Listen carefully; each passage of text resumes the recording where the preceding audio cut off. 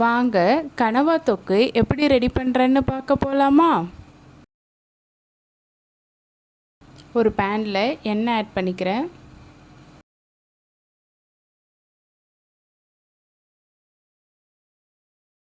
எண்ணெய் சூடானதுக்கப்புறம் பெருஞ்சீரகம் ஆட் பண்ணிக்கிறேன். பெருஞ்சீரகம் நல்லா பொரிஞ்சதுக்கப்புறமா வெங்காயம் ஆட் பண்ணிக்கிறேன்.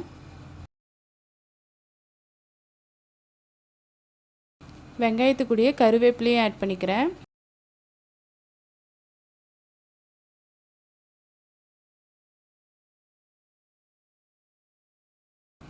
வெங்காயம் நல்லா வதங்கணும்.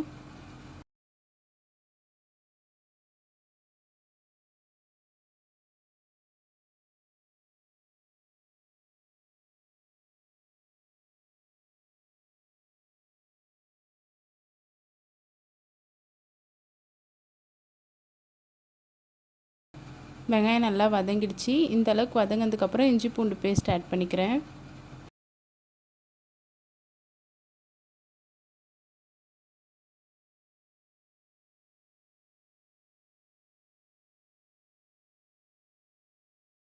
இப்போது இஞ்சி பூண்டு பேஸ்ட்டும் நல்லா வதங்கினதுக்கப்புறம் தக்காளி ஆட் பண்ணிக்கிறேன். இப்போ தக்காளியும் போட்டு எல்லாத்தையும் நல்லா வதக்கிக்கலாம். நல்லா கிளறி விட்டு மூடி போட்டுடுறேன்.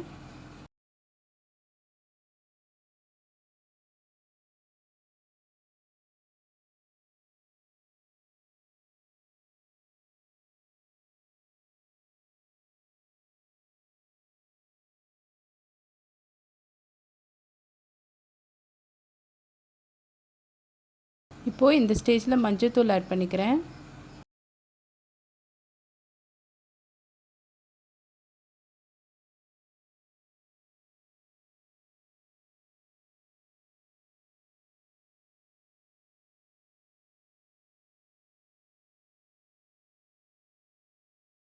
இப்போது நம்ம க்ளீன் பண்ணி வச்சுருக்க கனவா மீனை வந்து ஆட் பண்ணிக்கிறேன்.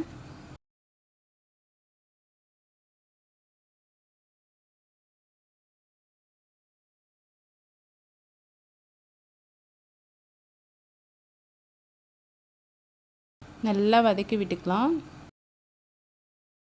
தண்ணி எதுவுமே நான் ஆட் பண்ணல.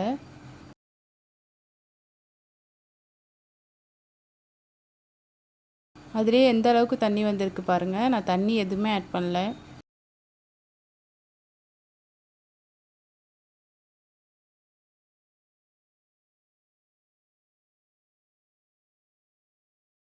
இப்போது தேவையான அளவுக்கு உப்பு ஆட் பண்ணிக்கிறேன்.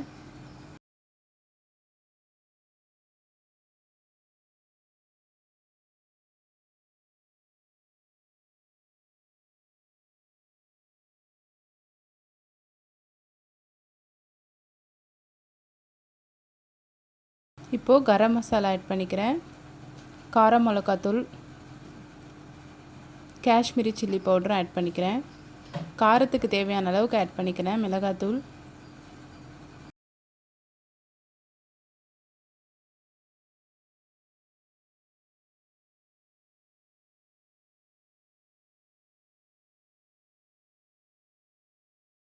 இந்த தண்ணியிலே தான் நான் வேக வைக்க போகிறேன். எந்த தண்ணியும் எக்ஸஸாக ஆட் பண்ணல. குழம்பு மிளகாத்தூளும் ஒரு அரை ஸ்பூன் மட்டும் ஆட் பண்ணிக்கிறேன்.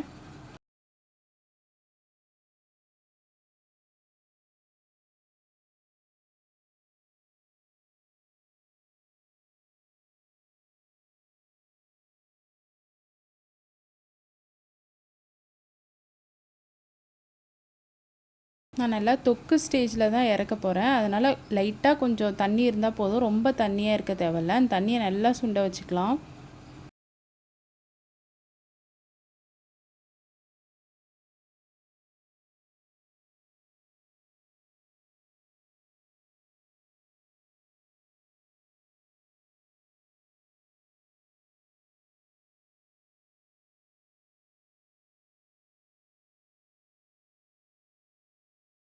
எனக்கு இந்த ஸ்டேஜ் போதும். அதனால் நான் கொத்தமல்லியும் ஆட் பண்ணிக்கிறேன்.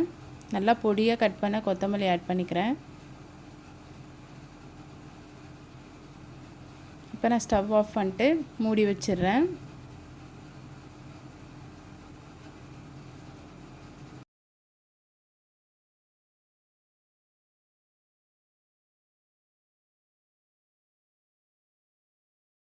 அவ்வளோதான், சிம்பிளான கனவா தொக்கு ரெடி.